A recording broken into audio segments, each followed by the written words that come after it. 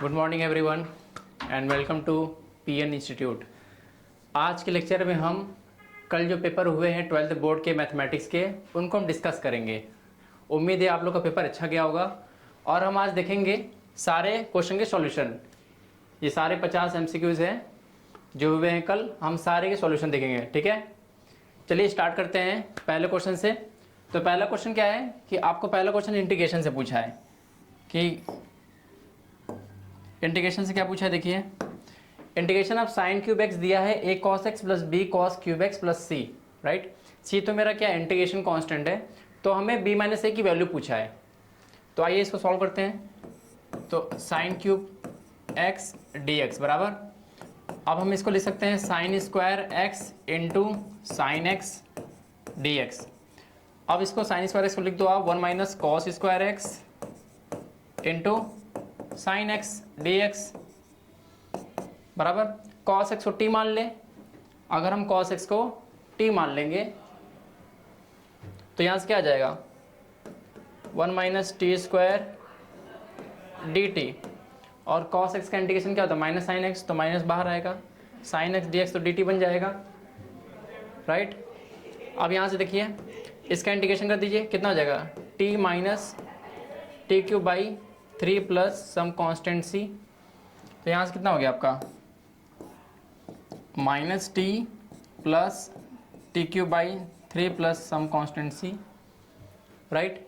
अब टी हमने क्या माना था, टी को हमने कॉस एक्स को टी माना था, तो वापस रख दीजिए, कितना हो जाएगा आपका minus cos x plus 1/3 cos cube x plus c, right. तो अब यहाँ से देखिए हमने क्या पूछा है, बी माइनस ए पूछे, तो पहले ए कितना है हमारा -1 है, बी कितना है हमारा 1/3 है, राइट। तो अब यहाँ से हमारा बी माइनस ए कितना हो जाएगा 1/3 माइनस माइनस प्लस 1 कितना हो जाएगा 4/3। कौन सा ऑप्शन दिख रहा है आपको, पहला ऑप्शन, राइट। आइए नेक्स्ट क्वेश्चन की तरफ चलते हैं। अगला प्रॉब्लम क्या कह रहे हैं, अगला प्रॉब्लम ये अगला प्रॉब्लम है क्या इंटीग्रेशन का है। तो इसमें क्या कह रहा है हमसे, integration of 1/√5x² minus 2x पूछ रहा है, इसका इंटीग्रेशन क्या होगा। ये हमारे पास 4 ऑप्शन हैं। तो देखिए क्या है, परफेक्ट स्क्वायर बनाएंगे इसको हम 1/√ के अंदर है, तो इसको हम क्या लिख देंगे हम 1/√5x² को मैं क्या लिख दूँ √5x का होल स्क्वायर,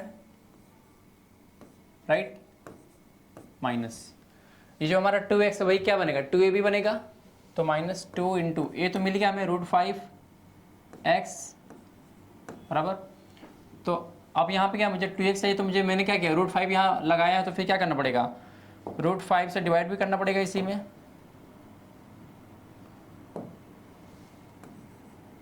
√5 से डिवाइड भी कर दिया, तो क्या बन गया हमारा 1/√a² माइनस 2a। b का काम कौन करेगा 1/√5, तो b² मुझे ऐड करना पड़ेगा, माइनस करना पड़ेगा। तो मैंने इसको क्या किया, इसको पूरी तरह एकदम सेटअप कर दिया परफेक्ट इसका बनाने के लिए। ये हमारा हो गया -2 इंटू √5x इंटू 1/√5, फिर मैंने प्लस किया 1/√5 का होल स्क्वायर और माइनस किया 1/√5 का होल स्क्वायर। अब यहाँ से क्या बनेगा हमें a माइनस बी का होल स्क्वायर, ये भी क्वांटिटी क्या है रूट के अंदर ही है, राइट। अब देखिए यहाँ से क्या बन गया हमें इंटीग्रेशन 1 क्या बन गया इंटीग्रेशन 1 के अंदर √5x² √5x माइनस 1/√5 का होल स्क्वायर, राइट, माइनस 1/√5 का होल स्क्वायर बराबर। देखिए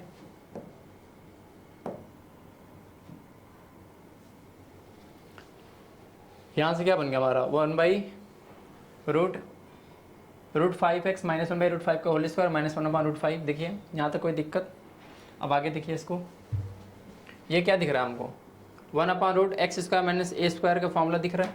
तो पहले हम इसको t मान लें, √5x माइनस 1/√5 इसको मान लो आप t है, तो यहाँ से √5 इंटू डी एक्स बराबर क्या बन जाएगा dt, राइट। तो यहाँ से क्या गया 1/रूट टी स्क्वायर माइनस 1/√5 का होल स्क्वायर dt, और ये 1/√5।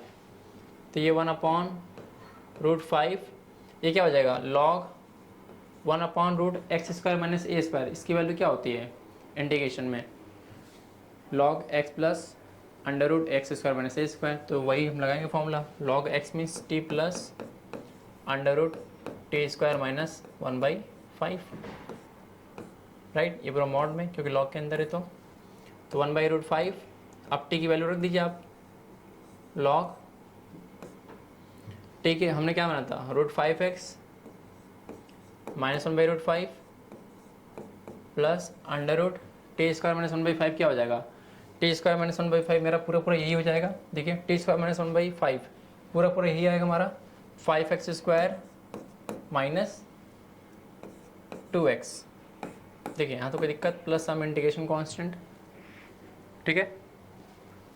तो यहाँ तक ठीक है। आगे भी देखते हैं क्या है आगे, 1/√5 log, देखिए यहाँ से √5 का एलसीएम कितना हो जाएगा 5x माइनस 1 प्लस ये √5 इसके अंदर चले, इस रूट के अंदर तो क्या बन जाएगा 25x² माइनस 10x बराबर, और नीचे हमारा क्या है √5 प्लस कॉन्स्टेंट c।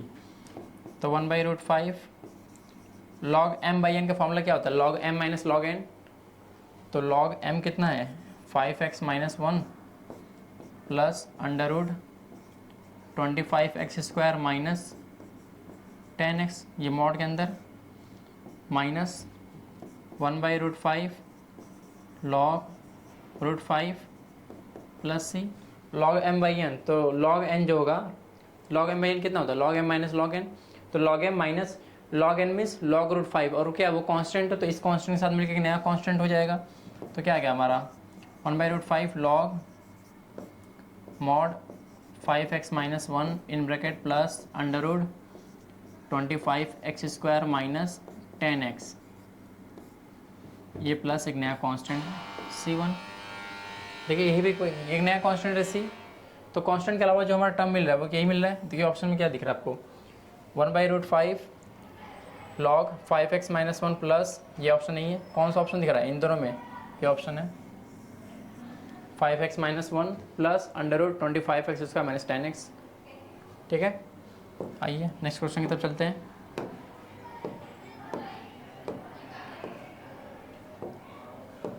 तो अगला क्वेश्चन हमारा क्या है, अगला क्वेश्चन हमारा ये थर्ड क्वेश्चन इंटीग्रेशन, ये भी इंटीग्रेशन का फॉर्मूला है। ये एक प्रॉब्लम क्या कह रहा है, तो प्रॉब्लम क्या कह रहा है हमें, इंटीग्रेशन कहाँ से कहाँ हो रहा है -π/4 से π/4 x² sin x plus tan³ minus 1। तो हम क्या जानते हैं अगर -a से a में अगर किसी भी फंक्शन का इंटीग्रेशन हो रहा है, अब अगर फंक्शन ऑड है तो उसका इंटीग्रेशन क्या होगा 0 होगा। अब देखिए x² sin x कैसा फंक्शन, ऑड फंक्शन है क्योंकि x² इवन है और sin x क्या ऑड है।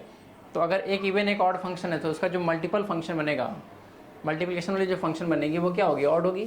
तो x² क्या होगा इवन और sin x ऑड है तो उनका प्रोडक्ट ऑड हो जाएगा, तो इसलिए इसका इंटीग्रेशन 0। tan³ भी क्या है ऑड है तो इसका 0। तो इंटीग्रेशन किसका होगा केवल -1 का होगा। तो इंटीग्रेशन -π/4 से π/4 और ये -1 × dx, शुरू के जो दोनों 0 हो गए, इसका कितना होगा -x होगा। तो अब देखिए लिमिट रख दीजिए -π/4 से π/4 बराबर। तो ये कितना हो जाएगा -π/4 -π/4 बराबर। तो यहाँ से कितना हो गया -π/2, क्या दिख रहा है ऑप्शन में -π/2। कितना सा प्रॉब्लम था, कुछ नहीं करना था, बस ऑड ये था, बस ये प्रॉपर्टी पता था कि -a से a में किसी भी ऑड फंक्शन का इंटीग्रेशन 0 होता है, ख़त्म है। फिर पहला दूसरा तो कुछ है ही नहीं, बचा -1 का करना था, उसका कितना हो गया -x हो गया, ठीक है। आइए आगे बढ़ते हैं।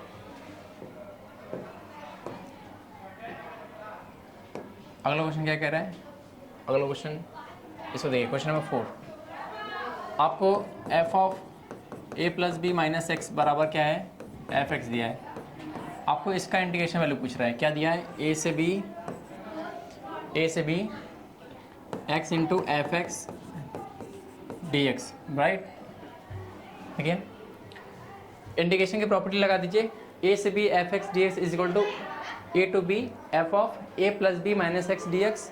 तो ये प्रॉपर्टीज क्या हो जाएगा, ए से बी, डेफिनेट इंटीग्रल की प्रॉपर्टी क्या है, a plus b minus x, और अंदर क्या हो गया, f of a plus b minus x d x. इसको मान लिया कि मेरा इंटीग्रेशन क्या है, ये आई है, तो ये भी आई है, बराबर। अब देखिए ये क्या होगा, ए से b a plus b minus x, a plus b minus x. आपको f of a plus b minus x किसके बराबर दिया है, एफ एक्स के बराबर दिया है, इसको यूज कर लीजिए, राइट। यहाँ तो कोई दिक्कत, तो देखिए एफ ऑफ एक्स का मल्टीप्लाई कीजिए अंदर, तो ए प्लस बी के साथ a plus b integration a to b f x minus integration a to b x into f of x d x, ये हो गया आई। अब देखिए ये जो सेकेंड टर्म है, राइट हैंड साइड की जो सेकेंड टर्म है, a to b x f x d x, यही हमारा क्या आई है, तो ये माइनस आई हो गया, उधर जाकर टू आई हो जाएगा, तो क्या मिल गया हमें, टू आई बराबर a to b f x d x. और बाहर कितना है, बाहर कितना है, ए प्लस बी भी है, बाहर कितना है, ए प्लस बी भी है, इंटीग्रेशन ए से b f x d x बराबर, तो आई कितना आ गया, integration a plus b by two a to b f x d x. So कौन सा ऑप्शन है, ऑप्शन नंबर डी। देखिए a plus b by two और integration a to b f x d x, right. चलिए अगला problem तब चलते हैं।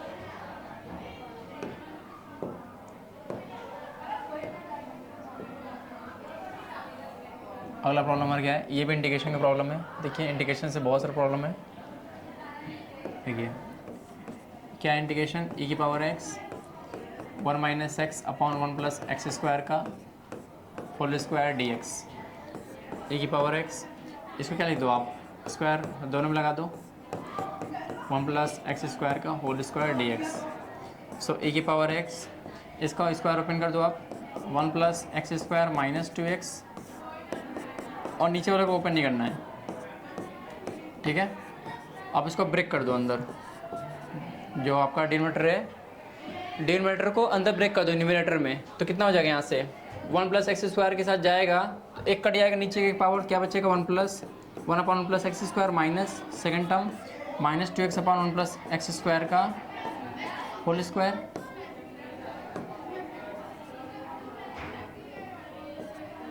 D x, right.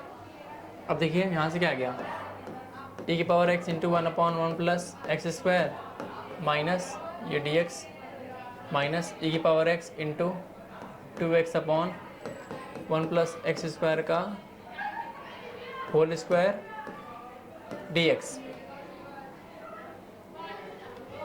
अब देखिए यहाँ से हमारा क्या हो जाएगा, इसको आप इंटीग्रेशन का प्रोडक्ट रूल लगा दो यहाँ पे,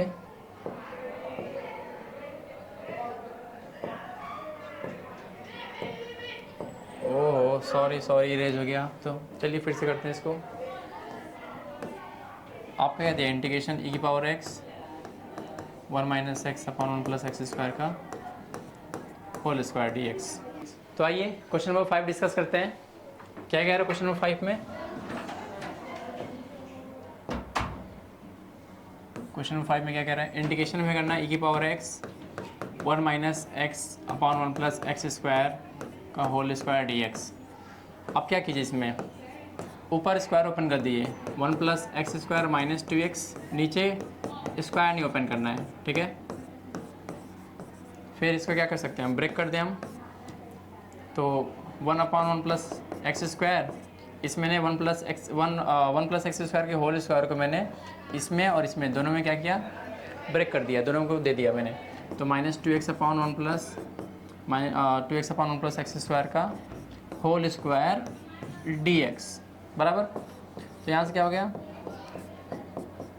1/1 + x² dx minus integration e⁻x 2x/1 plus x² का होल स्क्वायर dx, राइट।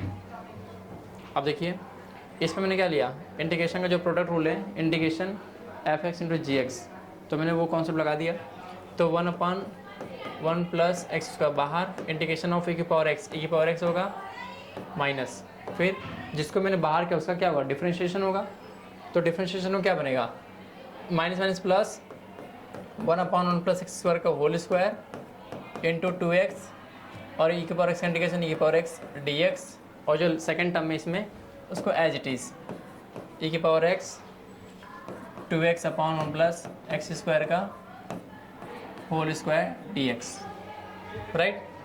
अब देखिए ये टर्म और ये टर्म सेम है, कैंसिल, कितना बचा e⁻x/1 प्लस x²। कौन सा ऑप्शन दिख रहा है हमें, प्लस हम कांस्टेंट सी, तो उससे हमें मतलब नहीं है, तो ये पूछ रहा है वैल्यू में, तो क्या होगा option A, right, e⁻x/1 plus x²। तो आइए नेक्स्ट क्वेश्चन की तरफ चलते हैं। अगला प्रॉब्लम क्या कह रहा है, अगला प्रॉब्लम से कह रहा है ये भी क्या इंटीग्रेशन की प्रॉब्लम है। देखिए question number 6, integration π/6 to π/3 1/1 plus √10x, right, this is i, ठीक है। अब देखिए डेफिनेट इंटीग्रेशन का प्रॉपर्टीज लगा दी है। Integration a to b f(x) dx is same as integration a to b f of a + b - x dx। तो मेरे लिए a कितना है π/6 से, b कितना है π/3 है, तो इंटीग्रेशन π/6 to π/3 1/1 प्लस √10 के अंदर क्या हो जाएगा a + b - x means π/6 plus π/3 - x, और π/6 प्लस π/3 कितना होगा π/2 होगा। ये कितना 30 है, कितना है 60 डिग्री है, तो π/2 - x, ये ऊपर आ गया dx, राइट। तो ये हमारा क्या हो गया integration π/6 to integration π/6 to π/3 1/1 plus 1090 minus x कितना हो जाएगा cot x, ये बाहर dx, ये मेरा i चल रहा है। अब यहाँ से क्या हो जाएगा i = cot को मैंने 10 में चेंज कर दिया तो 1/√10x हो जाएगा, फिर ऊपर चला जाएगा √10x एलसीएम के बाद, तो π/6 टू π/3 तो √10x अपॉन 1 प्लस √10x। अब आप क्या करो, इसको मान लो 1, इसको मान लो 2, 1 + 2 कर दो, 1 2 को ऐड कर दो तो कितना बन जाएगा 2y = इंटीग्रेशन π/6 टू π/3 कितना हो जाएगा हमारा 1 plus √10x upon 1 plus √10x। ये क्या होगा कैंसिल, π/6 टू π/3 dx, इसका इंटीग्रेशन कितना हो जाएगा x हो जाएगा, सो x मीन्स π/3 माइनस π/6, ये हमारा कितना है 2y है, तो 2y = कितना आ गया हमारा π/3 माइनस π/6 कितना हो जाएगा π/6 हो जाएगा। तो यहाँ से i कितना हो गया हमारा हो गया π/12, देखिए ऑप्शन है π/12, राइट। कुछ ज़्यादा दमखम नहीं था इसमें तो बस डेफिनेट इंटीग्रेशन की प्रॉपर्टी लगी है, सिंपल सी प्रॉपर्टी, उसके बाद दोनों को ऐड कर दिया मैंने, ठीक है। आइए नेक्स्ट प्रॉब्लम की तरफ चलते हैं।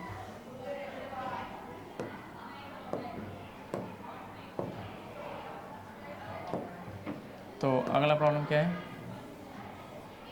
क्वेश्चन नंबर 7, क्वेश्चन नंबर 7 पे आ जाते हैं।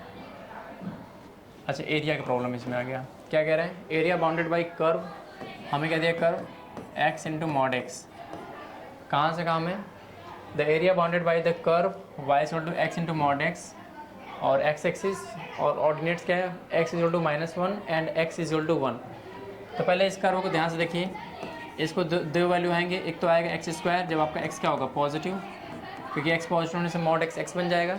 अगर एक्स नेगेटिव है तो मॉड एक्स माइनस एक्स हो जाएगा, तो यहाँ से माइनस एक्स स्क्वायर। और एक ऐसा ये पीस वाइज फंक्शन हो गया। पीस वाइज फंक्शन मीन्स जिस फंक्शन की एक से अधिक डिफिनेशन होती है। तो इसके दो डेफिनेशन है, एक हो गया y equal to x square, एक हो गया हमारा y equal to minus x square. तो हमें एक्स एक्सिस और ऑर्डिनेट्स एक्स बराबर 1 कहाँ होगा, यहाँ कहीं होगा एक्स बराबर 1, और एक्स बराबर -1 यहाँ है।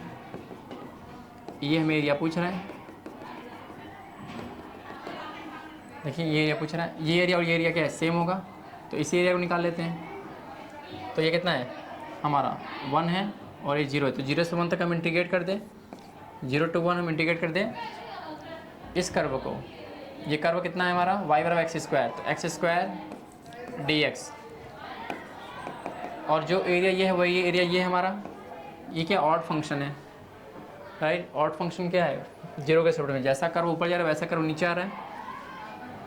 देखिए 2 इंटू ये कितना हो गया हमारा 1/3 x cube into x cube, और ये 0 से 1 कितना हो जाएगा 2 इंटू 1/3 दैट इज़ 2/3। कहाँ है 2/3 देखिए, राइट। आइए नेक्स्ट प्रॉब्लम तक चलते हैं। अगला प्रॉब्लम क्या कह रहे हैं, अगला प्रॉब्लम हमारा ये भी, इसमें भी एरिया पूछ रहा है। Area bounded by y equal to sine x, y equal to, आइए पहले इसको इरेज कर देते हैं, इसकी बात कर रहे हैं। Y equal to sine x between x बराबर 0 एंड एक्स बराबर पाई। तो साइन क्या यही ना मेरा साइन है 0 से पाई तक, 0 से पाई तक मेरा क्या यही है साइन। तो इसको इंटीग्रेट कर दो आप 0 से लेकर पाई, साइन एक्स डी एक्स। ये हमें क्या दे देगा, ये एरिया दे देगा, ये एरिया पूछ रहा है।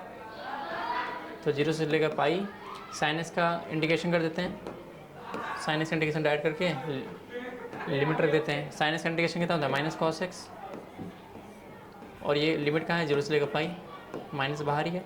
कॉस पाई कितना होता है -1, माइनस कॉस 0 1 कितना हो गया 2 हो गया, ठीक है, राइट। चलिए अगले प्रॉब्लम तक चलते हैं। क्वेश्चन नंबर 9, क्वेश्चन नंबर 9 पे बात कर लेते हैं। Area of the region bounded by curve y equal to x square, और क्या है लाइन है y बराबर 16। इसका फिगर ड्रॉ कर लीजिए। एक्स स्क्वायर बराबर वाई क्या ये है हमारा पैराबोला है अपवर्ड, और y बराबर 16 ये line parallel to x axis, ये हमारी है y बराबर 16, ठीक है। हमें क्या पूछ रहा है, ये एरिया पूछ रहा है, ये एरिया पूछ रहा है। तो क्या ये हमारा सिमेट्रिक अबाउट वाई एक्सिस, तो जो रीजन राइट साइड होगा वही रीजन लेफ्ट हैंड साइड होगा। तो मैं केवल राइट हैंड साइड का निकाल लेता हूँ। तो एरिया कितना हो जाएगा हमारा 0 से लेकर 16, यहाँ से यहाँ तक इंटीग्रेट कर दें हम y के रेस्पेक्ट में, तो यहाँ से x कितना आएगा √y, ये हमारा क्या x बराबर √y है, और ये हमारा क्या है x बराबर -√y। तो मैं इसको केवल पकड़ रहा हूँ, तो यहाँ से कितना हो जाएगा √y dy, बस ये एरिया निकालो और उसका डबल कर दो आप, राइट। यहाँ से कितना हो जाएगा 2, इसका इंटीग्रेशन कितना हो जाएगा y टू की पावर 3/2, और नीचे भी 3/2 आएगा, तो उसको मैं पलट के क्या लिख दूँ 2/3, और 0 से लेकर 16 कितना आ गया 4/3। 16 का कितना होगा 4 का स्क्वायर से 2 कटेगा तो क्यूब आ जाएगा, 4 का क्यूब कितना होगा 64, मल्टीप्लाई कर दो, 4 4 जा 16, 4 6 जा 24 1 25, 256/3, देखिए 256/3 ऑप्शन में है, 256/3, राइट। बस कुछ नहीं करना था, आसान प्रॉब्लम है ये भी। आइए अगले प्रॉब्लम पे चलते हैं। अगला प्रॉब्लम क्या हमारा क्वेश्चन नंबर 10, डिग्री पूछा है हमसे। तो हमें क्या दिया है 1 + y1 to the power 3/2 equal to y2।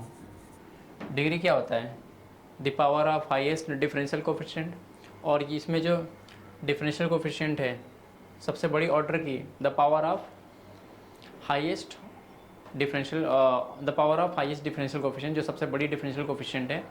तो जैसे इसमें सबसे बड़ी डिफरेंशियल कोफिशिएंट कौन है, d2y/dx2 है। तो अब इसका पावर ही में ढूंढना है जो कि डिग्री बन जाएगा। तो अभी क्या ये रेडिकल में 3/2, तो इसको हम हटाएंगे तो क्या करें, दो तरफ स्क्वायर करते हैं तो क्या बन जाएगा y+1+y1 का whole cube equal to y2 का स्क्वायर। अब यहाँ से डिग्री क्या दिख रहा है 2, y2 क्या है d2y/dx2, तो उसका पावर कितना है 2 है, तो डिग्री कितनी हो गई 2 हो गई। बस इसमें देख के बस मानना था। आइए नेक्स्ट प्रॉब्लम की तरफ चलते हैं। अगला प्रॉब्लम क्या कह रहा है, इसका जनरल सॉल्यूशन पूछ रहा है। तो क्या दिया हमें e⁻x dy plus y e⁻x plus 2x dx equal to 0। तो यहाँ से dy/dx e⁻x dy/dx plus y e⁻x plus 2x बराबर 0। इसको थोड़ा और अरेंज कर लो आप, e⁻x से डिवाइड कर दो, क्या बन जाएगा y, इसको उधर भेज दिया मैंने -2x और e⁻x इधर आके क्या बन गया e⁻−x। ये क्या दिख रहा है आपको, लीनियर डिफरेंशियल इक्वेशन दिख रहा है। तो अगर लीनियर डिफरेंशियल इक्वेशन को सॉल्व करना है तो मुझे क्या करना पड़ेगा, इंटीग्रेटिंग फैक्टर निकालना पड़ेगा। तो इंटीग्रेटिंग फैक्टर क्या हो जाएगा यहाँ से e⁻इंटीग्रेशन y का कोफिशिएंट कितना है, कुछ नहीं तो 1 dx e⁻x। तो सॉल्यूशन कितना हो जाएगा यहाँ से y into integrating factor e⁻x equal to integrating factor e⁻x into right hand side का -2x इंटू e⁻−x dx। ये e⁻x e⁻−x खत्म हो जाएगा, क्या बचेगा -2x dx, राइट। और सम कॉन्स्टेंट ऐड कर दें तो y e⁻x ये कितना हो गया -x² प्लस c। तो यहाँ से क्या हो गया e⁻x इंटू वाई, इस माइनस को धला दो आप लेफ्ट हैंड साइड में, तो +x² इक्वल टू c।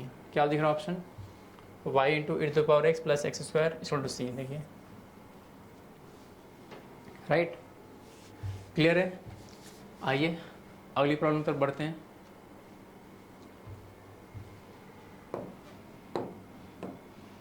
अगला प्रॉब्लम क्या है, क्वेश्चन नंबर 12। क्वेश्चन नंबर 12 क्या कह रहा है, इंटीग्रेटिंग फैक्टर पूछ रहा है। क्या दिया हमें tan inverse y minus x d y is equal to 1 plus y² dx। तो यहाँ से dx/dy कितना हो जाएगा, tan inverse y minus x upon 1 plus y²। तो dx/dy कितना हो गया, tan inverse y upon 1 plus y² minus x upon 1 plus y²। इसको आप लेफ्ट हैंड साइड लेकर आ जाओ, तो dx/dy कितना हो जाएगा, प्लस में हो जाएगा x upon 1 plus y² is equal to tan inverse y upon 1 plus y²। अब ये क्या है, लीनियर डिफरेंशियल इक्वेशन है जिसमें इस बार डिपेंडेंट वेरिएबल x है, इंडिपेंडेंट क्या है और y है। देखिए यहाँ से क्या हो जाएगा, इंटीग्रेटिव फैक्टर यहाँ से लिखो तो क्या लिखोगे आप, e⁻ integration x coefficient 1 plus y² dy, और इसका इंटीग्रेशन कितना होगा tan इनवर्स y। खत्म, क्या दिख रहा है ऑप्शन में e⁻ tan इनवर्स y। देख लीजिए, स्क्रीनशॉट लें तो वो भी ले लीजिए। चलिए आगे चलते हैं, क्वेश्चन नंबर 13 डिस्कस करते हैं। क्वेश्चन 13 क्या कह रहा है, हमें सॉल्यूशन पूछ रहा है इस डिफरेंशियल इक्वेशन का। आइए क्वेश्चन नंबर 13 करते हैं। तो हमें दिया है dy/dx minus y equal to 1। तो यहाँ से dy/dx कितना हो जाएगा y plus 1। So dy upon y plus 1 equal to dx। Indicate कर दिए दोनों साइड, सब साथ में कुछ कांस्टेंट सी ऐड होगा। यहाँ से ये कितना हो जाएगा log y plus 1 equal to x plus c. अब यहाँ से कंडीशन आपको दिया कि x बराबर 0 y बराबर 1 रख दीजिए यहाँ से।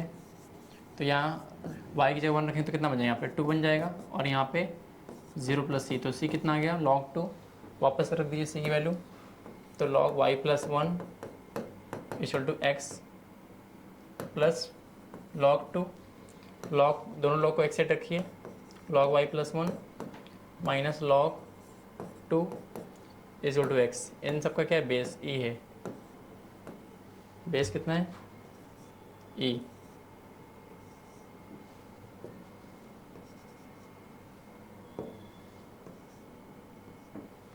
अब देखिए यहाँ से ये कितना हो गया, log base e y plus 1 upon 2 to x. ये log है तो अंदर मॉड रहेगा। यहाँ से क्या हो गया, 1 plus y plus 1 upon 2 is equal to e to the power x. ठीक है, तो मॉड में ई की पावर एक्स क्या पॉजिटिव, तो मॉड का मतलब है नहीं इस साइड, तो वाई प्लस 1 बराबर कितना हो गया, 2 ई की पावर एक्स। तो वाई कितना हो जाएगा, 2 ई की पावर एक्स माइनस 1।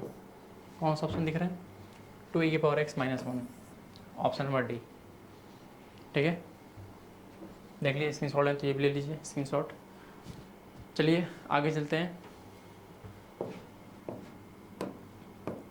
अगला क्वेश्चन क्या कह रहा है, ठीक है, इसको तो बिना सॉल्व किए बोल सकते हो आप।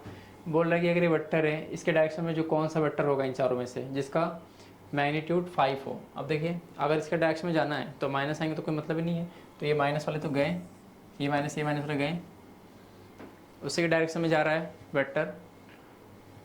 तो अगर ये वेक्टर क्या है, साइन तो चेंज नहीं करेगा जो इसके डायरेक्शन में होगा वेक्टर। अब देखिए, तो बचे दो ऑप्शन। अब इसका देखिए मैग्नीट्यूड कितना है, वेक्टर ए का मैग्नीट्यूड कितना है, रूट में 1 प्लस 4 प्लस 9 कितना है, रूट 14 है, राइट। देखिए इसका मैग्नीट्यूड, इसका नहीं, इसका ये तो गया, ये गया। इसका मैग्नीट्यूड कितना होगा, 1 अपॉन रूट 14 बाहर रहेगा, इसका मैग्नीट्यूड निकालते कितना होगा, रूट 14, मतलब इसका कितना है, 1 है। लेकिन हमें क्या चाहिए, 5 मैग्नीट्यूड चाहिए, तो बचा क्या ऑप्शन, ये बचा। बिना सॉल्व किए आप इसमें डायरेक्ट मार सकते हो। आइए अगला क्वेश्चन पे चलते हैं। अगला प्रॉब्लम क्या कह रहा है, क्वेश्चन नंबर 15। हमें कह रहा है प्रोजेक्शन इस वेक्टर निकालना है इस वेक्टर पर। तो किसी वेक्टर ए का प्रोजेक्शन ऑन बी क्या होता है, projection of vector A on B कितना होता है, vector A dot vector B upon modulus of magnitude of vector B. तो वेक्टर ए डॉट वेक्टर बी कितना होगा हमारा, वेक्टर ए डॉट वेक्टर बी कितना होगा, 7 माइनस 3 प्लस 56 अपॉन, इसका मैग्नीट्यूड निकाल लो आप। इसका मैग्नीट्यूड कितना होगा, रूट 49 प्लस 1 प्लस 64 कितना हो जाएगा हमारा, रूट में 114 होगा, राइट। और ऊपर कितना आ गया हमारा, 56 प्लस 4 60 अपॉन रूट 114। कहाँ गया ऑप्शन में, ये आ गया ऑप्शन, ऑप्शन नंबर बी। ठीक है, आइए अगले प्रॉब्लम तक चलते हैं। Question number 16।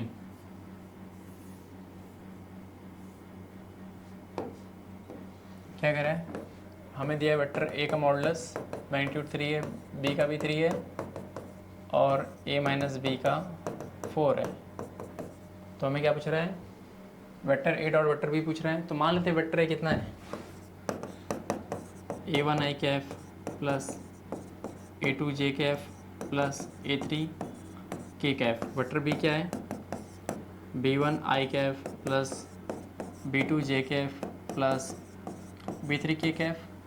तो यहाँ से हमें क्या मिल जाएगा, A1 square plus A2 square plus A3 square under root में रहेगा। अंडर रूट के साथ कितना है, 3, तो अंडर रूट को उधर भेज दो आप, 9 हो जाएगा, 3 का square. Same B1 square plus B2 square plus B3 square कितना हमारा 9 है। और यहाँ से क्या दिखेगा आपको, A1 माइनस B1 का whole square plus A2 minus B2 का whole square plus A3 minus B3 का होल स्क्वायर। ये कितना दिया आपको, 16 हो जाएगा। अब देखिए इसको ओपन कर दिए स्क्वायर को, तो A1 स्क्वायर प्लस यहाँ से A1 स्क्वायर, यहाँ से A2 स्क्वायर और यहाँ से A3 स्क्वायर, इसको एक साथ रखिए। सेम B1 के लिए भी, और -2 2a1b1 -2a2b2 -2a3b3, तो -2 कॉमन कर लिया तो क्या बचा a1b1 plus a2b2 plus a3b3, ये हमारा कितना है 16 है, ये कितना है 9, ये भी कितना है 9, ये कितना है 9, तो 9 + 9 - 2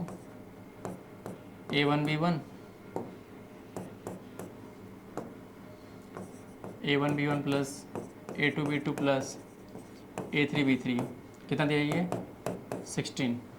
तो अब इसको इधर ला दो आप, 2 times of a1b1 plus a2b2 plus a3b3 कितना गया हमारा 9 9 18 18 - 16 2, तो यहाँ से a1b1 plus a2b2 plus a3b3 कितना गया 1, यही तो है हमारा vector a dot vector b, vector a dot vector b कितना गया 1 आ गया। कहाँ है ऑप्शन में, यहाँ पे बैठा हुआ है ऑप्शन डी, राइट, देख लीजिए। चलिए अगले प्रॉब्लम तब चलते हैं। अगला क्या कह रहा है, हमें 70 में पूछ रहा है इन दोनों वेक्टर के बीच का एंगल। तो वेक्टर ए कितना है हमारा i cap minus j cap minus k cap, vector B कितना है हमारा i cap minus j cap plus k cap. तो वेक्टर ए डॉट वेक्टर बी कितना होगा हमारा 1 माइनस माइनस प्लस 1 -1 कितना आ गया 1 आ गया। तो वेक्टर ए डॉट वेक्टर बी कितना होता है magnitude of vector a into magnitude of vector b into cos of theta, where theta is the angle between this two vector. तो यहाँ से वेक्टर ए का मैग्नीट्यूड कितना होगा √3, इसका कितना होगा √3, कॉस थीटा बराबर कितना आ गया 1 आ गया, राइट। यहाँ से कॉस थीटा कितना आ गया हमारा 1/3, तो थीटा कितना हो गया कॉस इनवर्स 1/3, कॉस इनवर्स -1/3, ये कहाँ से आ रहा है, ठीक है। इसको मैं हो सकता है साइन इनवर्स में ऑप्शन दिया हो, इसको आप साइन इनवर्स में चेंज कर दो। अगर कॉस इनवर्स में 1/3 है तो इसको आप साइन इनवर्स में चेंज करो। तो ये कितना हमारा बेस अपन हाइपोटेनस, ये 1 ये 3 है, तो ये कितना होगा 2√2 होगा। तो साइन इनवर्स में कितना आ जाएगा थीटा, अगर कॉस इनवर्स में 1/3 होता तो मान देते हम, लेकिन ऑप्शन यहाँ से दिख रहा है मुझे साइन इनवर्स, शायद ये होगा, देखिए हाँ 2√2 अपॉन कितना है 3 हो गया, तो यही होगा, ठीक है। आइए आगे चलते हैं। तो अगला प्रॉब्लम देखते हैं।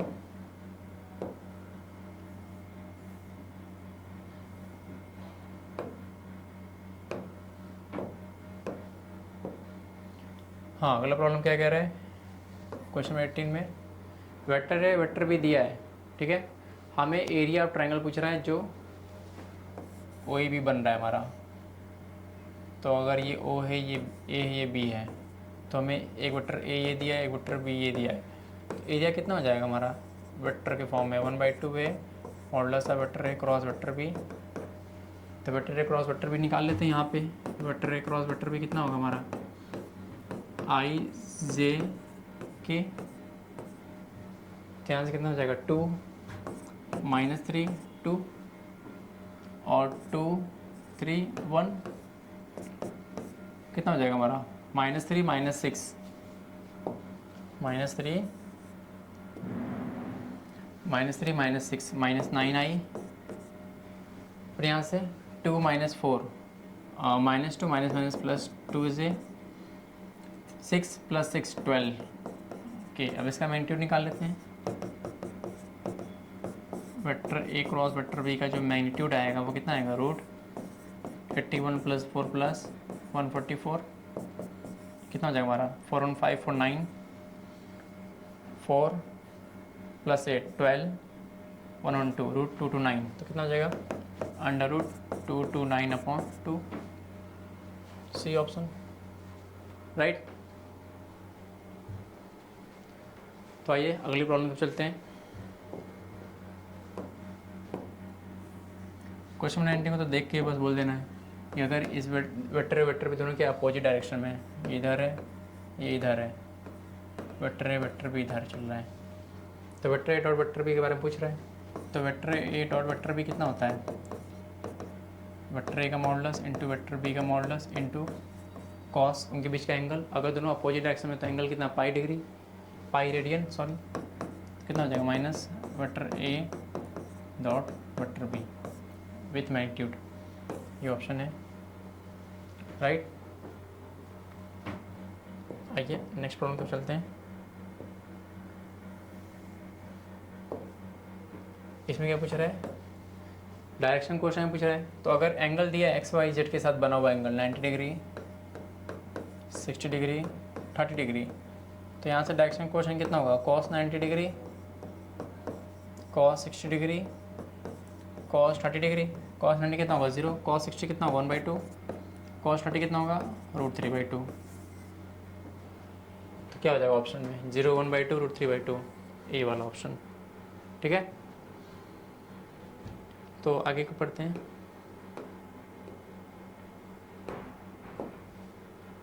अब देखिए इस क्वेश्चन में क्या कह रहा है 21 में, equation of line parallel to axis and passing through 1 0 0। इसको तो ऑप्शन से देख के हमें बता देना है, ये कहाँ से पास कर रहा है 0 -1 0, ये कहाँ से पास कर रहा है 0 1 0, ये कहाँ से पास कर रहा है -1 0 0, 1 0 0 से कौन पास कर रहा है, ये पास कर रहा है। क्या हमारे पास x - 1/0 equal to y - 0.0 equal to z - 0.0। देखिए 1 0 0 से कौन पास कर रहा है, ये पास कर रहा है। खत्म।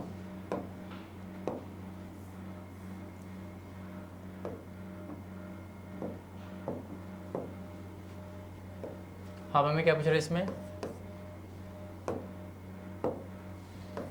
डायरेक्शन रेशियो पूछ रहा है of the line perpendicular which is perpendicular to the given two lines. इन दोनों लाइन्स के जो परपेंडिकुलर लाइन है उसका डायरेक्शन रेशियो पूछ रहा है। तो इसका पहले डायरेक्शन रेशियो कितना है 7 - 5 1, इसको वेक्टर डी बोल दें, d1 बोल देते हैं, d2 कितना दिया है 1 2 3। तो वेक्टर d1 है क्या एक्चुअली 7i - 5j प्लस के, ये कितना है i + 2j + 3k राइट। अब यहाँ से d1 vector d1 cross vector d2 निकाल लो आप, ij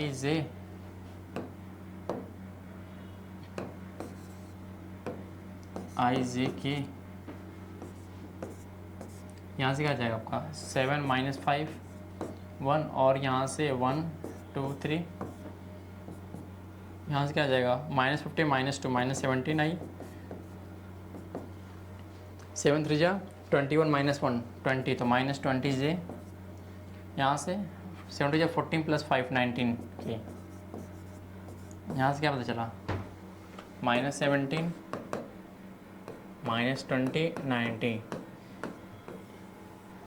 इसी के प्रोपोर्शनल क्या होगा हमारा, इस जो लाइन है जो कि परपेंडिकुलर है दोनों लाइन के, उस लाइन का डायरेक्शन रेशियो होगा।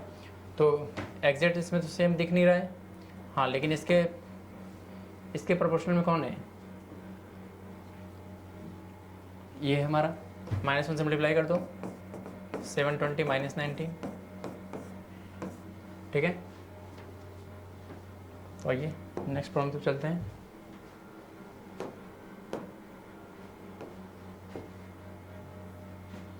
अगला प्रॉब्लम क्या है हमारा, लीनियर प्रोग्रामिंग का है। क्या कह रहा है, in the linear programming problem हमारे पास कॉर्नर पॉइंट क्या दिए, बाउंडेड फिजिबल रीजन के 0 10 5 5 15 15 और 0 20। क्या कह रहा है हमें, maximum value of the objective function, objective function क्या दिया है 3x + 9y। अब देखिए अगर मैं 0 10 पर निकालूँ एट 0 10 कितना आएगा, इसके वैल्यू 90 आएगा। एट 5,5 पे कितना आएगा z की वैल्यू 3 5 जा 15 प्लस 5 9 जा 45, कितना आ जाएगा 60 आ जाएगा। अब उसके बाद एट 15,50 पे निकालो, 15,50 पे कितना आ जाएगा z 45 प्लस 135, कितना आ जाएगा हमारा 180। एट 0,20 पे निकालिए, 0,20 पे z कितना आएगा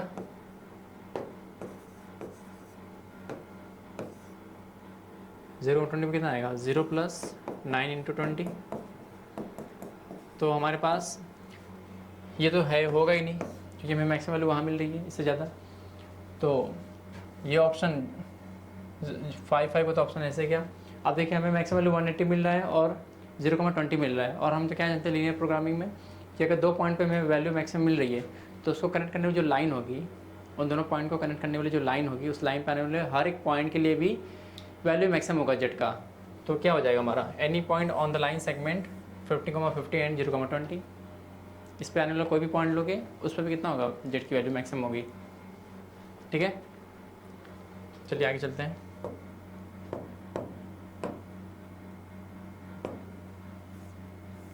इसमें क्या कह रहे हैं, इसमें भी क्या बोल रहा है, मैक्सिमम वैल्यू पूछ रहा है। तो निकाल लीजिए सब पे।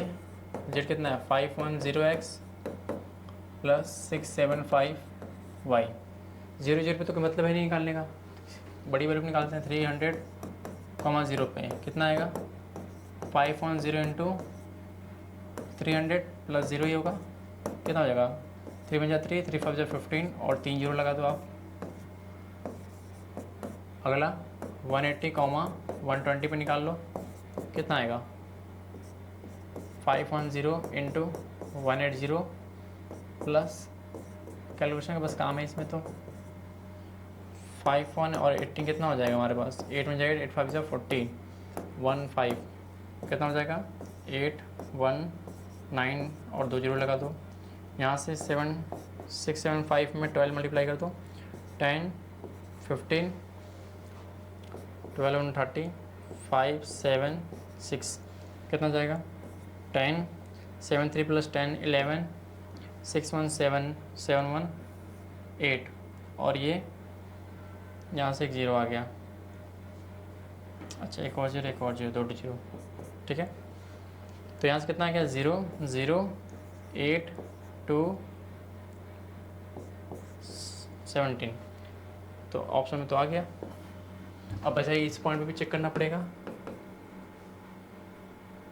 देखिए वो सबसे बड़ी वैल्यू तो हमें यही दिख रही है सबसे बड़ी वैल्यू, और ये सबसे बड़ी वैल्यू मिल भी गई है, तो इस पर चेक करने मतलब ही नहीं है। ये होगा ऑप्शन में सही। ठीक है 172,800। तो आइए नेक्स्ट प्रॉब्लम तब चलते हैं। हाँ अब स्टार्ट हो गया प्रोबेबिलिटी का प्रॉब्लम। देखिए ए भी क्या इंडिपेंडेंट है, अगर ए और बी इंडिपेंडेंट है तो हम क्या जानते हैं ए का कॉम्प्लीमेंट और बी का कॉम्प्लीमेंट वो भी क्या होगा इवेंट इंडिपेंडेंट होगा। तो अगर इंडिपेंडेंट है तो probability of their intersection is the probability of their product. Probability of A पता है तो ये कितना हो जाएगा 1 माइनस पी ए, ये कितना हो जाएगा 1 minus P of B. P A कितना है हमारे पास 3/5 और पी बी कितना है 4/9। तो यहाँ से कितना हो जाएगा हमारा 2/5 इंटू 5/9 कितना आ गया 2/9 2/9। ठीक है देख लीजिए। तो अगला प्रॉब्लम क्या है, ये भी प्रोबेबिलिटी का, इस बार कंडीशनल प्रोबेबिलिटी इसमें किया है ऐड। तो P of A given B this is greater than P of A, और आपके पास 4 ऑप्शन दिया है। ठीक है, इसको आप क्या लिख लो P of A intersection B upon P of B। इसको इधर लाओ, P ऑफ A को नीचे लाओ और P ऑफ B को राइट हैंड साइड भेज दो। क्या हो जाएगा आपका P of A intersection B upon P of A this is greater than P of B। और ये क्या conditional probability P of B given है। देखिए C option P of B given A, probability of this conditional probability is greater than probability of P, probability of B। ठीक है, तो आइए अगली प्रॉब्लम तक चलते हैं।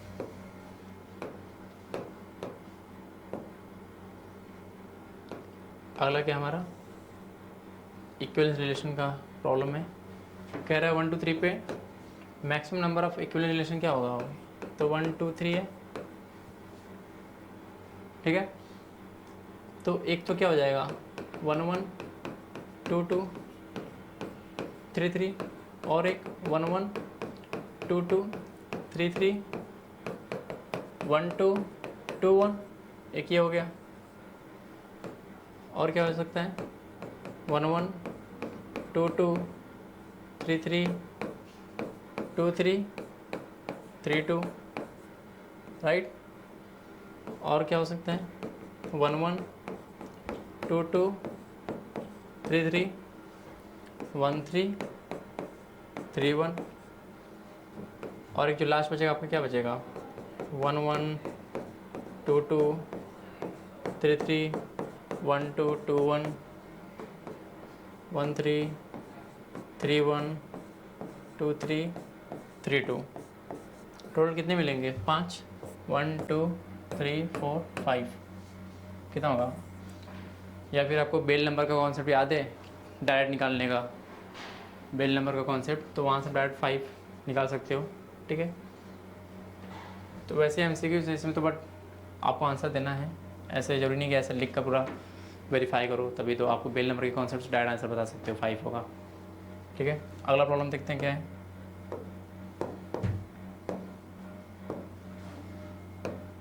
अगला प्रॉब्लम हमारा है फंक्शन की काउंटिंग पर। क्या कह रहा है, एक तरफ हमारे पास 5 एलिमेंट है, तो मान लेते हैं A1 A2 A3 A4 A5, और इस तरफ 6 एलिमेंट है, मान लेते हैं B1 B2 B3 B4 B5 B6। तो इस सेट से इस सेट में टोटल नंबर ऑफ फंक्शन की बात कर रहे हैं, जो कि 1 1 और ऑनटू दोनों हो। देखिए हम जानते हैं क्या कि अगर मेरे पास A से B में कोई फंक्शन है और उसको ऑनटो होना है, तो ऑनटो होने के लिए हमेशा B में जो एलिमेंट हो A से ज़्यादा हो या फिर बराबर हो, ठीक है। अगर B में ही एलिमेंट अगर कम पड़ गए, सॉरी, अगर इसको ऑनटो होना है, ऐसा है, अगर ये ऑनटो होना है तो यहाँ पे एलिमेंट ज़्यादा हो, अगर A में एलिमेंट कम है B में ज़्यादा है तो ऑनटो नहीं हो पाएगा। क्या मैंने बोला, अगर A में नंबर ऑफ एलिमेंट M है, इसमें नंबर ऑफ एलिमेंट N है, अगर M is less than to N है, तो अगर M is strictly less than N है तो ऑनटो नहीं मिलेगा। ऑनटो तभी मिलेगा जब मेरा M is greater than equal to N।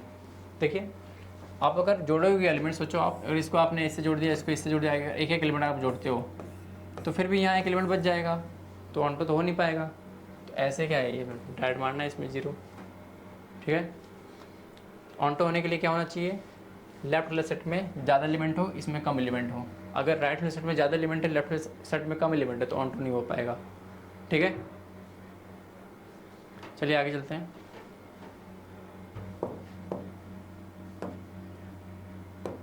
अगला प्रॉब्लम क्या हमारा, तो इसमें से पूछ रहा है कौन सा 1 1 है ऑनटो है। देखिए एक है क्यूबिक है, 1 1 है ही, ठीक है। इसका ग्राफ कैसे बनता है, पूरे आर पर ऐसे बनता है, ओरिजिन से पास करता है, लेकिन मुझे जेड से जेड में पूछा है, तो देखिए पूरे आर पे अगर 1 1 तो जेड से जेड में भी क्या है 1 1 है। ये भी फंक्शन क्या है 1 1 है, ये भी फंक्शन क्या है 1 1 है, ये फंक्शन 1 1 नहीं होगा। देखो f of -1 equal to f of 1 है, तो ये 1 1 नहीं है। अब ये बचे 3 में हमें चेक करना है। देखिए अभी ऑनटो कैसे फिल हो सकता है, अगर मैंने एफ एक्स को ले लिया 2 ले लिया, तो एक्स को कितना होगा 2, एक्स कितना होगा 2 की power 1/3, but this is not integer, मतलब इस 2 का प्री इमेज नहीं मिल पा रहा है। अगर 2 का किसी अगर एलिमेंट का एक्स फंक्शन ए से बी में जा रहा है, अगर बी सेट में जो कि को डोमेन होता है, अगर उसमें कोई पॉइंट है जिसका प्री इमेज डोमेन ए में नहीं बैठा हुआ है, तो हम बोलेंगे फंक्शन ऑनटो नहीं है। अगर हर एक एलिमेंट इन बी का प्री इमेज ए में मिल रहा है, तो हम बोलते हैं फंक्शन के ऑनटो है। तो यहाँ पे देखिए अगर मैंने एफ एस को 2 लिया, तो ये 2 फंक्शन अटेंड नहीं कर रहा है, इसका मतलब क्योंकि यहाँ से एक्स निकल नहीं पा रहा है, तो ये ऑनटो नहीं है। इसकी बात करें, अगर 2x + 1 को मैंने बोला 2 है, मतलब अगर मैंने एफ एक्स को 2 लिया है, तो यहाँ से x कितना होगा 1/2, विच इज़ नॉट इंटीजर, मतलब 2 का प्री इमेज इसमें भी नहीं मिल रहा है। देखिए तो ये भी ऑनटो नहीं होगा, बचा क्या ये, ठीक है। और ऐसे भी देख सकते हो आप डायरेक्ट 1 1 तो है, linear function is always 1 1। Onto के लिए क्या है कि अगर एफ एक्स मेरा दिया है x + 2, अगर एफ एक्स मेरा इंटीजर है तो x + 2 क्या इंटीजर है, तो x क्या है वो भी इंटीजर है, तो डोमेन में मिल रहा है x इंटीजर, ठीक है। और इंटीजर x क्या होगा y - 2, y is any point in the codomain set, तो इसका ऑप्शन क्या होगा बी होगा। आइए आगे चलते हैं। क्वेश्चन 30 में क्या कह रहा है, साइन ऑफ 2 कॉट इनवर्स -5/12 पूछ रहे हैं। तो आप क्या करो, इसको थीटा मान लो, ये कोई एंगल ही तो है, कॉट इनवर्स -5/12, इसको मान लो थीटा मान लो। तो कॉट थीटा कितना हो गया, -5/12। तो यहाँ से साइन, अब हमें निकालना है साइन 2 थीटा निकालना है। तो इसका टैन के फॉर्म में क्या होता है फॉर्मूला साइन 2 थीटा का, 2 tan theta upon 1 + tan square theta. तो अब यहाँ से कॉट पता है तो यहाँ से tan निकाल लो आप।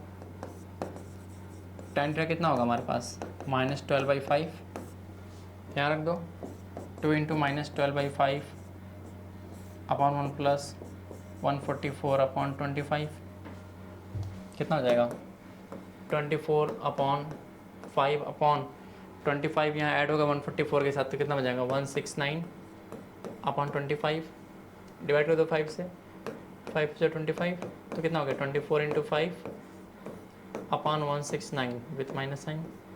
यहाँ से कितना हो जाएगा 5 4 × 20, 5 2 × 10 + 2 12, तो -120/169, -120/169, ये हो गया ऑप्शन बी। ठीक है, देख लीजिए। चलिए आगे बढ़ते हैं।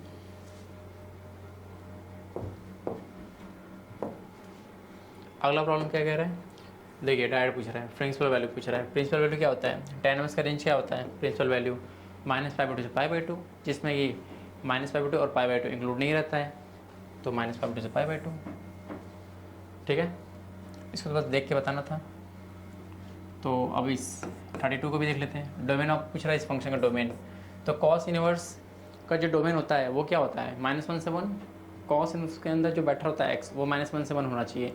तो यहाँ पे जो कॉस इनवर्स के अंदर बैठा हुआ है पूरा 2x - 1 बैठा हुआ है, तो 2x - 1 कहाँ होना चाहिए, -1 से 1 के बीच में।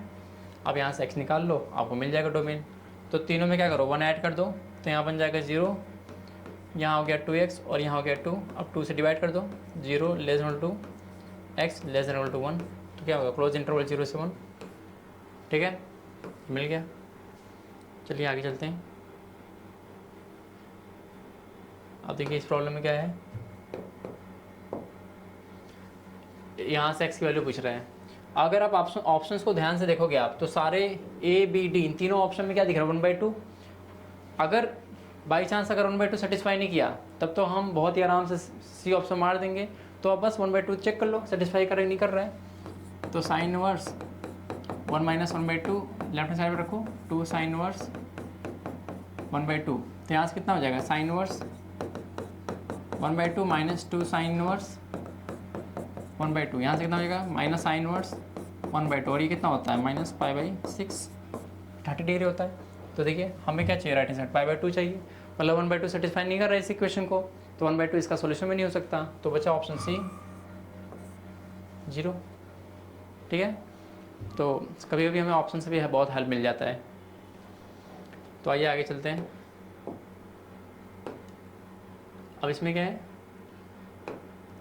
2 × 2 की total number of possible matrices पूछ रहा है, और जिसमें एंट्रीज क्या क्या हो सकते हैं 0 1 2। तो 2 × 2 का मैं मैट्रिक्स दूँगा A1 A2 A3 A4 ऐसा ही दिखता है। तो A1 के पास कितने चॉइसेस है, 3, 0 1 2 कुछ भी हो सकता है।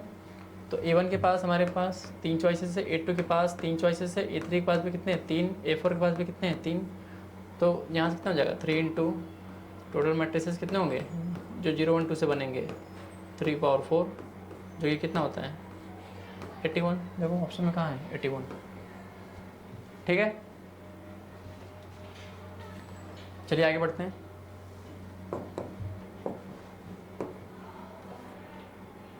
अब 35 क्या कह रहे हैं, 35 में कह रहा है कि अगर दो मैट्रिसेस A और B इन्वर्टिबल है, एक दूसरे के इन्वर्स मीन्स एक दूसरे के लिए इन्वर्टिबल है, तो अगर दो मैट्रिसेस A और B एक दूसरे के इन्वर्स है तो क्या सेटिस्फाई करें, कंपोजिशन की प्रॉपर्टी सेटिस्फाई करेंगे। कंपोजिशन क्या होता है, ए बी बी ए बराबर क्या होता है आइडेंटिटी। अगर दो फंक्शन है एफ और जी है एक दूसरे के इन्वर्स है, तो कंडीशन क्या सेटिस्फाई होती है, एफ कंपोजिशन जी बराबर g composition f equal to I. ठीक है, तो यहाँ से क्या हो जाएगा, A B into B A बराबर क्या हो जाएगा, आइडेंटिटी हो जाएगा। तो ए बी बराबर B A equal to I, D option. ठीक है, चलिए आगे चलते हैं।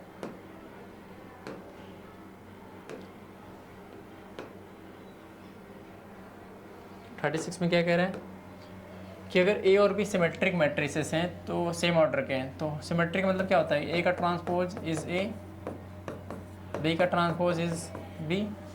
अब ए बी प्लस बी के बारे में पूछ रहा है कि वो सिमेट्रिक है कि इसकी सिमेट्रिक क्या है।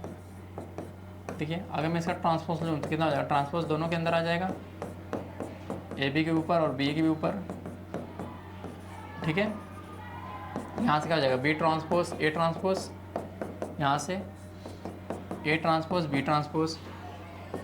अब बी ट्रांसपोज बी के बराबर है, ए ट्रांसपोज ए के बराबर है, तो यहाँ से क्या आ गया, A B plus B A, मतलब क्या है हमारा ए बी प्लस बी ए।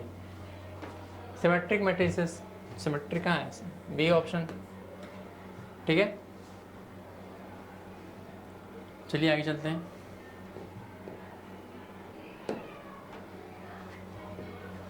अगला प्रॉब्लम क्या, 37 में हमें ए मैट्रिसेस दिया है और आइडेंटिटी दिया है।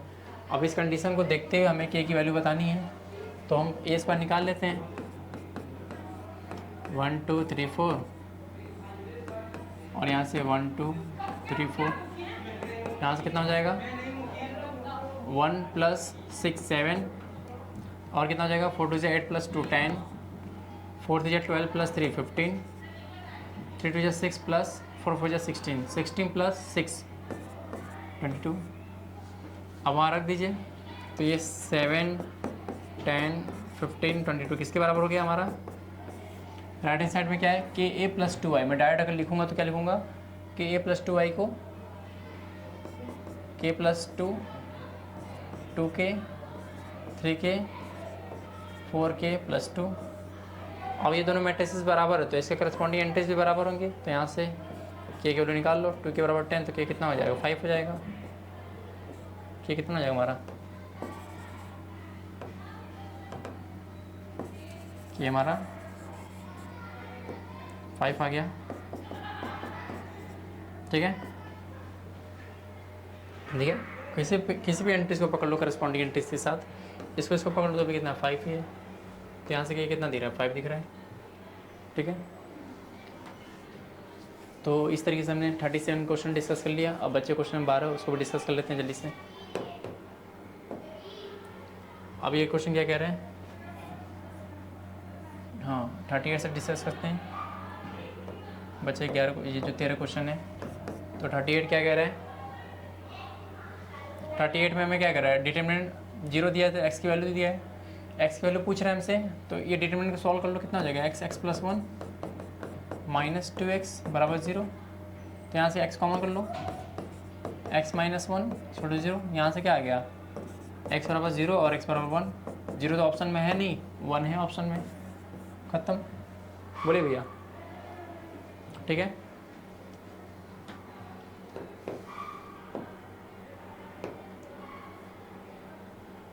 आइए इसको सॉल्व करते हैं। अगर एरिया 4 है तो एरिया क्या होता है, अगर आपको 3 कोऑर्डिनेट दिए हो तो 1/2 x1 y2 minus y3 plus x2 y3 minus y1 plus x3 y1 minus y2, ठीक है।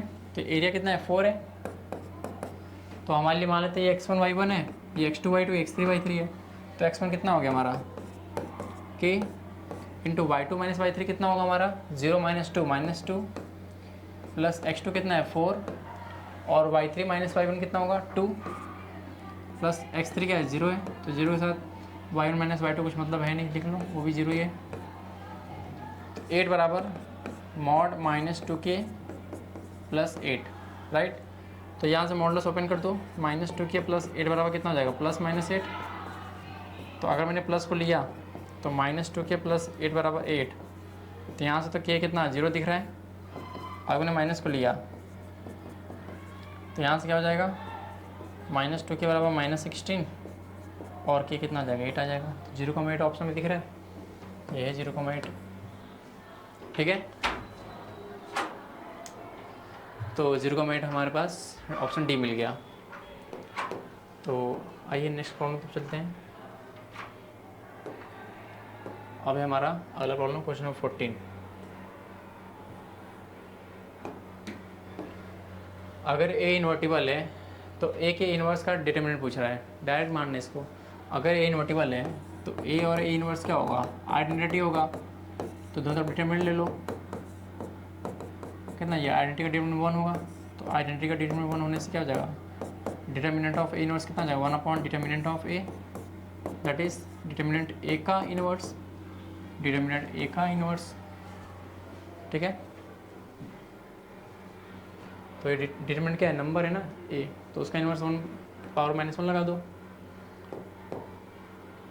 चलें आगे, अगला प्रॉब्लम क्या कर रहा है, इसमें क्या पूछा हमसे, अगर ये मैट्रिसेस है तो इसका डिटर्मिनेंट पूछ रहा है। अब आपको अगर पता होगा कि अगर 3k इंटू ए का जो डिटर्मिनेंट होता है वो k की power n into determinant of A होता है, तो बस हो गया तुरंत यहाँ सॉल्यूशन। इसका कितना हो जाएगा, 3 की पावर, ऑर्डर कितना है ए का 3 है, तो 3 की पावर 3 इंटू डिटर्मिनेंट ऑफ ए, 3 की पावर 3 इंटू डिटर्मिनेंट ऑफ ए, यहाँ से दिख रहा है 6। डायगोनल मैट्रिक्सेस है तो डायगोनल मैट्रिक्स का डिटर्मिनेंट कैसे निकालते हैं, बस डायगोनल मैट्रिक्स का मल्टीप्लाई कर दो। यहाँ से कितना हो जाएगा, 27 इंटू 6, 6 7 जा 42, 4 कैरी हो जाएगा, 12 + 4 16, 162, सी ऑप्शन। बोलिए, ठीक है, चलिए आगे बढ़ते हैं। अब क्वेश्चन नंबर 42, फंक्शन अगर कंटिन्यूअस है पाई पर तो हमें के की वैल्यू पूछ रहा है। अगर फंक्शन कंटिन्यूअस है पाई पर तो लिमिट होगा जो पाई पे फंक्शन की वो किसके बराबर होगी, एफ ऑफ पाई के बराबर होगी। तो limit x tending to pi, f s कितना हमारे पास, k into tan two x upon x minus pi, और एफ ऑफ पाई कितना है हमारे पास 2 है। के को बाहर कर लीजिए, limit x tending to pi tan two x upon x minus pi, x minus pi, ये कितना 2 है। अब इसको सॉल्व कर लो लिमिट, ये लिमिट का प्रॉब्लम बन गया। ये क्या है, 0/0 फॉर्म है, पाई रखने से 10 टू पाई कितना होगा 0 होगा, और नीचे भी 0 है, तो एल हॉप रूल लगा सकते हैं हम। तो ऊपर को ऊपर डी/x करता है एल हॉप रूल, और नीचे नीचे करता है, फिर उसकी लिमिट निकाल लो, कितना हो जाएगा 10x का, 10 टू एक्स कितना होगा sec स्क्वायर 2x, फिर 2x कितना 2 अपॉन नीचे 1, अब पाई रख दो आप, 2 इंटू सेक स्क्वायर 2 पाई बराबर 2। अब सेक 2 पाई की वैल्यू निकाल लो, कॉस 2 पाई कितना होता है 1 होता है, तो सेक 2 पाई भी कितना होगा 1 ही होगा। तो यहाँ से के कितना हो जाएगा 1 होगा, के इंटू 2 इंटू 1 बराबर 2। तो यहाँ से के कितना आ गया हमारे पास 1, के की वैल्यू कितनी 1। ठीक है, कुछ खास नहीं था। चले आगे, चलिए आगे चलते हैं। बहुत तंग करने वाला प्रॉब्लम नहीं है अभी तक तो है। अब हमें क्या दिया है, डेरिवेटिव ऑफ cos x पूछ रहा है with respect to sin x, तो हम क्या करें, हमें क्या पूछ रहा है, d/dx of sin x, sorry d/dx of cos 2x with respect to sin x। तो मैं इसको क्या लिख दूंगा, ऊपर नीचे dx लगा दो, cos 2x upon d/dx of sin x। कितना होता है इसका cos 2x का -2 sin 2x,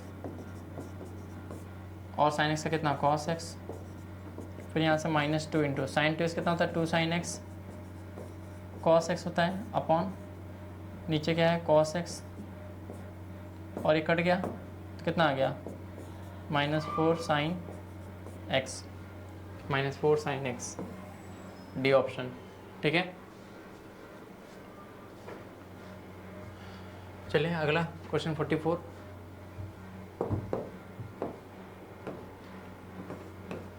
हमें d2y/dx2 पूछ रहा है, तो y + 1 कितना दिया हमें e⁻⁻x, दैट इज y कितना दिया है e⁻⁻x -1। तो यहाँ से dy/dx प्लस निकालते हैं, कितना हो जाएगा -e⁻⁻x, अगेन डिफ्रेंशिएट कीजिए, कितना हो जाएगा माइनस माइनस प्लस हो जाएगा e⁻⁻ माइनस एक्स, ठीक है। तो e to power minus x किसके बराबर है, वाई प्लस वन के बराबर है, तो वाई प्लस वन के बराबर है, d two by d x two बराबर है वाई प्लस वन के, ठीक है। तो अगला प्रॉब्लम क्या है हमारा,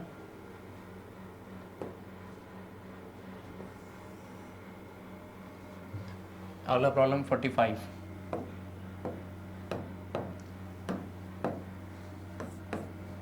अब एयर बबल है, उसका रेडियस इंक्रीज कर रहा है 1/4 सेंटीमीटर पर सेकेंड की रेट से। तो हमें D r by d t कितना दिया है, 1/4 सेंटीमीटर पर सेकेंड। और हमसे क्या पूछा है, at what rate is the volume of the bubble increasing when the radius is 1 centimetre. तो बबल क्या स्फीयर ही जैसा है, तो उसका वॉल्यूम कितना होगा 4/3 पाई आर क्यूब। तो d v by d t कितना हो जाएगा 4/3 pi into 3 r² into d r by d t. तो यहाँ से कितना हो जाएगा 4/3 पाई इंटू 3 इंटू रेडियस कितना होगा 1 सेंटीमीटर यहाँ से। उस टाइम पे हमसे पूछा है कितना रेट ऑफ चेंज हो रहा है, किस रेट से इंक्रीज कर रहा है वॉल्यूम। तो 1 का square 1 into d r by d t कितना है हमारे पास 1/4, कितना हमारे पास 3 कट गया 4 कितना बचा पाई। तो कौन सा ऑप्शन, बी ऑप्शन, ठीक है। चलें आगे, अगला प्रॉब्लम क्या कह रहे हैं,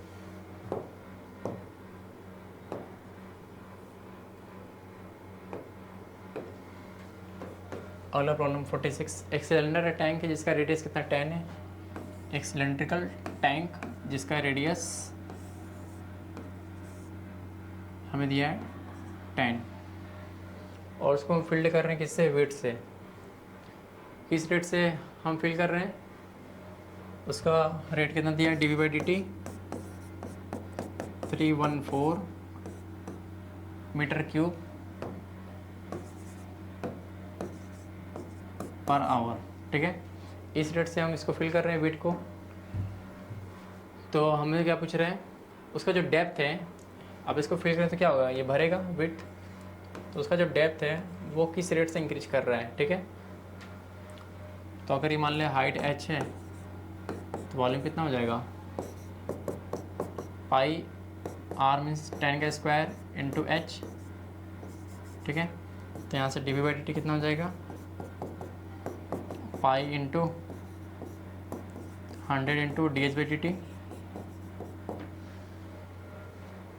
तो d v by d t कितना हो गया हमारे पास 314 बराबर पाई कितना था 3.14 into 100 into d h by d T.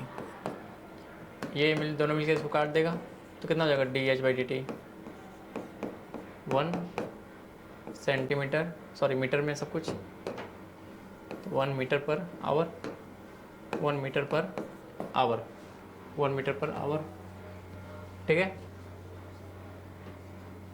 चलें आगे,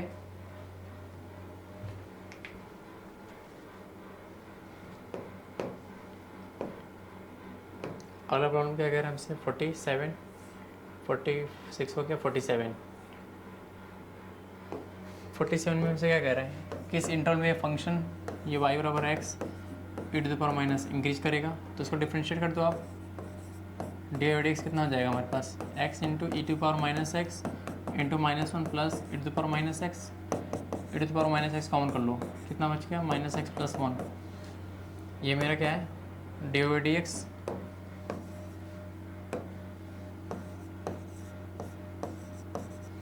अब फंक्शन, ये फंक्शन इंक्रीज कब करेगा जब डी बाई डी एक्स क्या हो पॉजिटिव हो।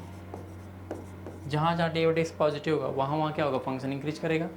तो D by d x positive होना मीन्स ये तो ऑलरेडी क्या पॉजिटिव है तो इसको पॉजिटिव होना पड़ेगा -x प्लस 1 को। तो यहाँ से x कितना होगा <1, लेस देन मीन्स क्या हो जाएगा -∞ से 1, पहला ऑप्शन, ठीक है। चले आगे,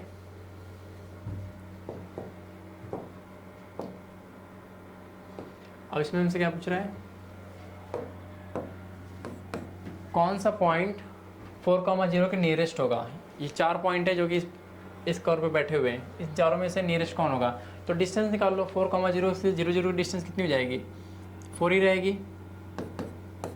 4,0 की इसकी डिस्टेंस कितनी हो जाएगी, 4 - 1 3, 3 का स्क्वायर 9, 9 प्लस √2 का स्क्वायर कितना 2 होगा, कितना होगा 2 होगा, तो कितना हो जाएगा यहाँ से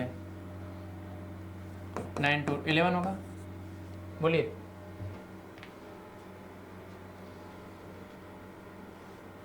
ठीक है। बचा तीसरा ऑप्शन, तीसरा और चौथा। 4 - 2 2 का स्क्वायर 4 प्लस 4 कितना होगा √8 होगा। इससे निकालो डिस्टेंस 4 - 1 4 - 3 1 प्लस 6 कितना √7। सबसे कम डिस्टेंस किसकी है, इसकी है 4,0 से, तो ऑप्शन के कौन सा होगा, डी होगा। ठीक है, तो ये हो गया, डी हो गया। चलिए आगे चलते हैं।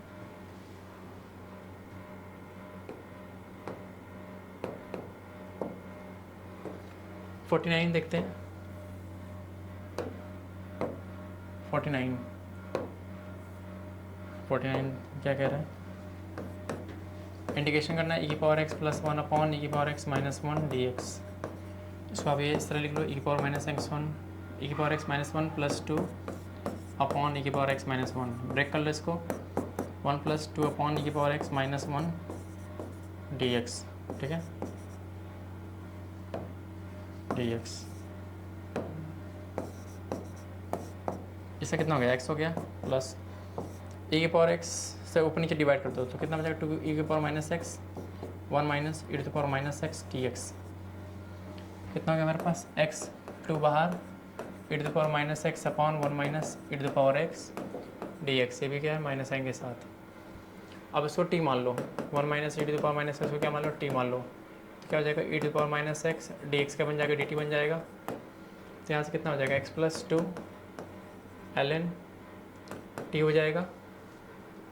ठीक है, और प्लस हम कॉन्स्टेंट सी, तो x + 2 ln t means e⁻−1 upon e⁻x + c, x + 2 ln e⁻x - 1 minus 2 ln e⁻x + c, x + 2 ln e⁻−1, ये कितना हो जाएगा -2x + c, यहाँ से कितना होगा ln e⁻x - 1 का whole square minus x + c, तो ln ये कितना होगा e⁻x + e⁻2x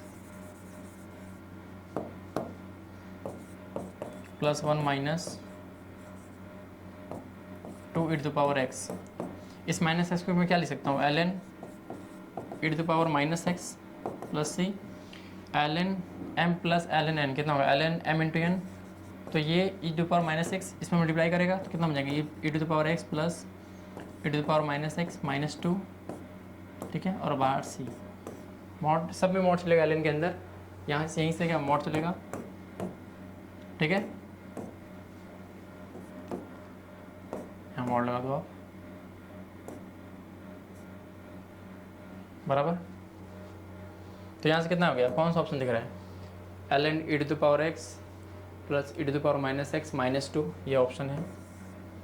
ठीक है, कुछ नहीं, बस ब्रेक किया मैंने, उसके बाद इंटीग्रेट किया दोनों को।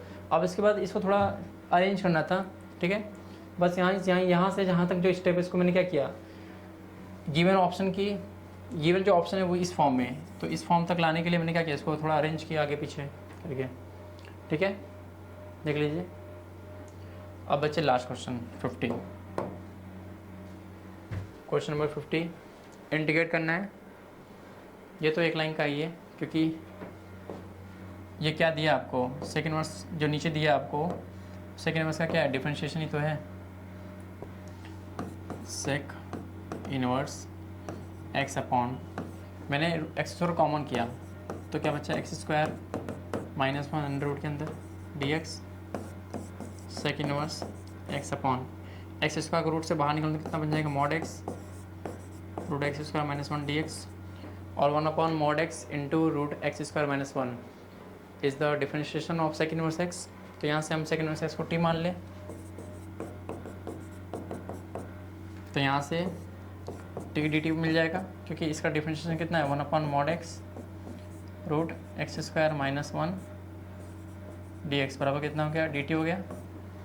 अब इसका डिफरेंशियल इंटीग्रेशन कितना होगा, 1/2t², t mean sec inverse x का होल स्क्वायर, प्लस कुछ कांस्टेंट ऐड करना है तो ऐड कर लो, वैसे इसकी वैल्यू पूछ रहा है ब्लैंक करके, तो ये टी का ऑप्शन। ठीक है, तो इस तरीके से हमने सारे एमसीक्यू की प्रॉब्लम को हमने डिस्कस कर लिया और उम्मीद है कि आपने अच्छा परफॉर्म किया होगा। ठीक है, तो इसी के साथ इस लेक्चर को ख़त्म करते हैं और थैंक यू लेक्चर में बने रहने के लिए।